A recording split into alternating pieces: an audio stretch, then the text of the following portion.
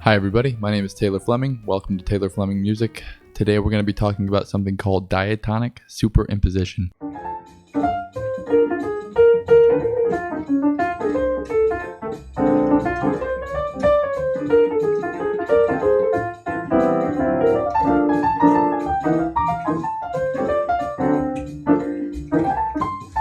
Now, diatonic superimposition is a compositional or improvisational musical device that we use to add a little bit of flavor to our playing. Diatonic superimposition is something that we can use as a musical device when navigating chord changes. I found that diatonic superimposition is ubiquitous in all types of music. I've spent a ton of years transcribing people like Charlie Parker, Bud Powell, Brad Mehldau, Red Garland, Dizzy Gillespie, Aaron Parks, Mike Stern, John Coltrane, Bob Mintzer, Miles Davis, Ella Fitzgerald, Louis Armstrong, Thelonious Monk, Sonny Stitt, Sonny Clark, Sonny Rollins, Frank Zappa, Supertramp, Stevie Wonder, Paul Simon, Sting, Bill Evans, Oscar Peterson, Robert Glasper, Chick Corea, Christian McBride, Dave Brubeck, Dirty Loops, Duke Ellington, Elton John, Fats Waller, Freddie Hubbard, Art Tatum, George Benson, Andy Dufresne.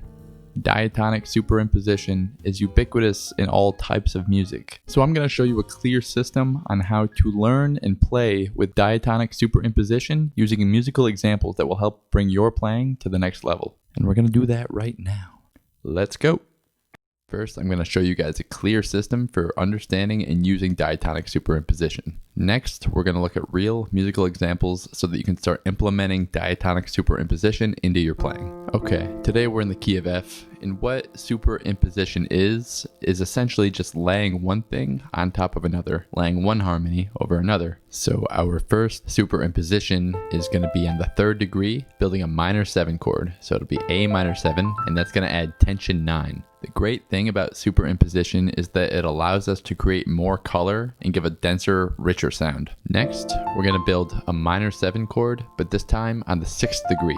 So it'll be a D minor 7, and this time we're adding tension 13. So this, again, is another color that we can use. Next, we have a major 7 chord, building it from the 5th degree, which will be a C major 7. This is a Lydian type of thing, giving us tensions 9 and sharp 11. And the last superimposition that we're going to be looking at for major tonalities today is building a minor 7th chord from the 7th degree. That's the money chord. That's the one that gives us tensions 9, sharp 11, and 13. Again, in a Lydian context, this would be a beautiful way of creating color. So take some of these and experiment.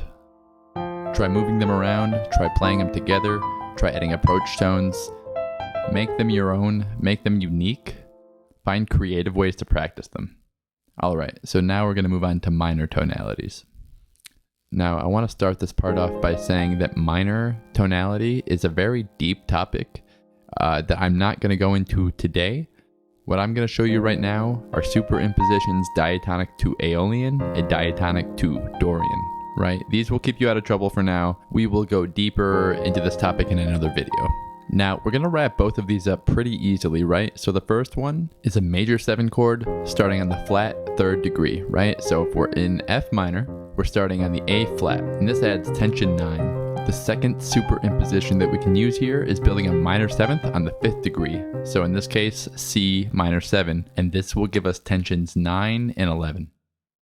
Alright, my favorite, dominant tonalities, right? Dominant harmony is a bit more flexible. You can play these superimpositions over just about any type of dominant chord because of the way that dominant functions. The first superimposition here works best over Mixolydian, Mixolydian flat 9, Mixolydian flat 9 sharp 9, and Mixolydian flat 9 sharp 9 flat 13. So I want to reiterate how we are building these superimpositions. For this first one here, we're building a minor 7 flat 5 chord from the 3rd degree. So that's A, C, E flat, and G over the F7 chord. Number 2, we're building a minor 7th chord from the 6th degree. So the 6th degree of F being D, we get a D minor 7 arpeggio. Okay, for this next one, we can build a diminished 7th chord on flat 9, 3rd, 5th, and flat 7th degree. Once again, diminished harmony and altered dominant harmony can get a little complex, so we'll save that stuff for another video. But for now, This diminished 7th arpeggio is extremely versatile, as it has 3 other inharmonic equivalents. Here are some ways that you can use these superimpositions.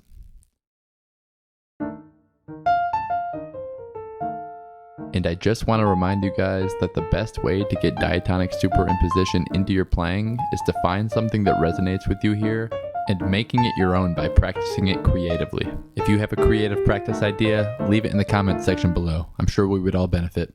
Alright, now we're going to move on to the best part and look at musical examples that employ these ideas of diatonic superimposition. We're going to have an ascending and descending example for each of the aforementioned superimpositions. And so the first one, we're starting on the 9th degree of the scale and making a double neighbor tone to the tonic. From there, we move stepwise up to our A minor 7 arpeggio. In example 2, our minor 7 on the 3rd degree, we have 2 enclosures descending to each other and landing on G to descend the A minor 7 arpeggio. In example 3, we're playing a leading tone to our minor 7th on the 6th degree, a D minor 7, and coming down and doing an enclosure to the 5th of a descending D minor chord. In example 4, our superimposed minor 7th chord on the 6th degree, D minor 7, starts at the 7th and descends down to the 7th, and we continue to play permutations of thirds from the bebop major scale. That is a mouthful of words. In example 5, we play a leading tone to the A of A minor, ascending up and going down to a D to make a diatonic enclosure to the C, and descends outlining our major 7 chord on the 5th degree.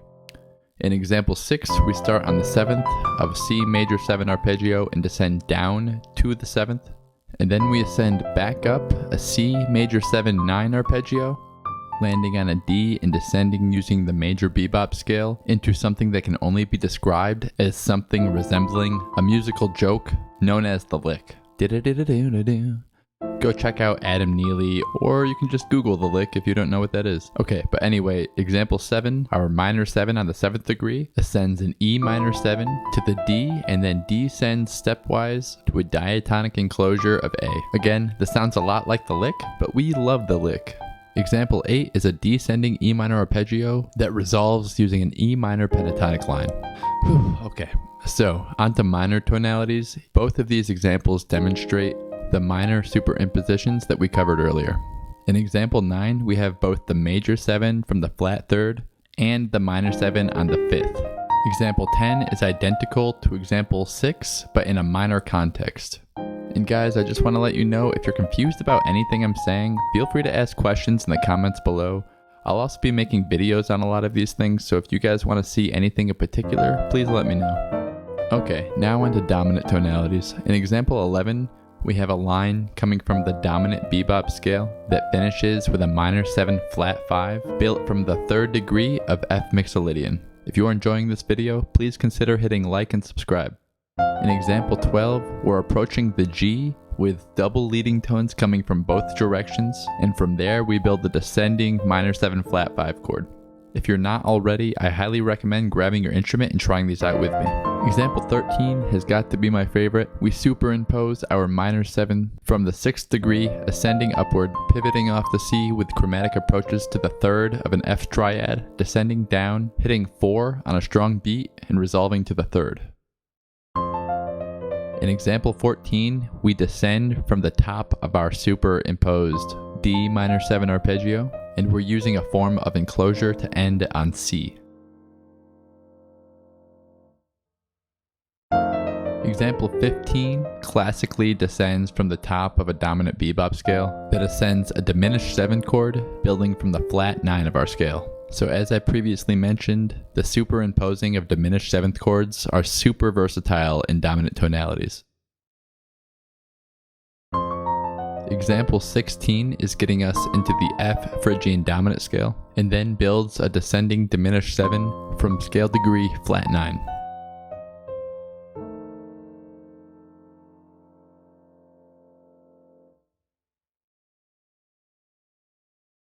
Alright guys, so if you got value out of this video, if you enjoyed it or you learned something today, please consider hitting the like button, the subscribe button, and consider sharing this video with someone else. When you share something that you just learned with somebody else, when you talk about it and share your takeaways, you're not only teaching somebody else, but you're deepening your retention and understanding of this topic by continuing to think about it. And just to recap, we have on our screen all of the superimpositions that we've covered today. Work on memorizing these so that you just have them walking around. You can recite them anywhere, anytime. Knowing this information well is half the battle when trying to implement it in actual playing situations. Take these superimpositions through a few keys and really learn what these sound like, what kind of textures they produce. How can you turn these arpeggios into something effective, something personal? Because ultimately, at the end of the day, music is something that is personal. We are using it to connect to others, but first we have to connect to ourselves. So investigate that. And I'm willing to bet if it moves you, it's gonna move somebody else. Thank you for joining me today. I'll catch you next time. Peace!